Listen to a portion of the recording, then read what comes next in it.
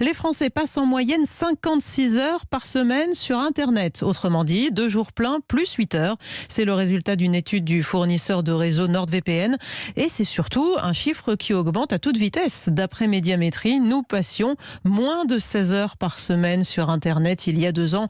Bien sûr, la pandémie et le confinement expliquent notamment cette explosion qui est aussi une importante source de pollution. Il faut quand même le savoir, Zoé Pallier. Allumer son smartphone dès le réveil pour envoyer quelques messages sur les réseaux sociaux ou écouter de la musique, surfer sur Internet sans voir le temps défiler, c'est devenu le quotidien de Jules, 18 ans. Je passe à peu près en moyenne 1 heure à 1h30 sur Instagram par jour. Quand tu rajoutes le temps que tu passes donc sur ton ordi quand tu es en cours, tu te retrouves forcément peut-être parfois à 10 heures par jour. Sauf que derrière chacun de ces clics, il y a des serveurs qui stockent les données numériques et consomment de l'énergie.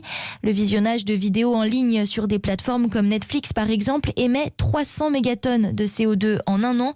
C'est autant qu'un pays grand comme l'Espagne. Je suis complètement conscient que ça a un gros impact sur mon empreinte carbone. J'essaie quand même de faire attention. Ça m'arrive par moment de lancer des trucs sur Netflix un peu par réflexe, puis de me dire qu'en fait j'en ai pas vraiment besoin et l'éteindre. Si je veux voir un film et que je l'ai déjà en DVD, je vais plutôt le lancer en DVD que sur Netflix. Chaque année, la part du numérique dans le total des émissions de CO2 augmente, explique Laurie Marot, co-autrice d'un rapport sur ce sujet. L'industrie du numérique émet des gaz à effet de serre, à peu près à hauteur de 3,5%, ce qui représente une part significative de l'empreinte globale, puisque, à titre de comparaison, l'aviation, hors période Covid, c'est 2%. Une tendance difficile à ralentir, d'autant que cette pollution n'est pas palpable pour les internautes.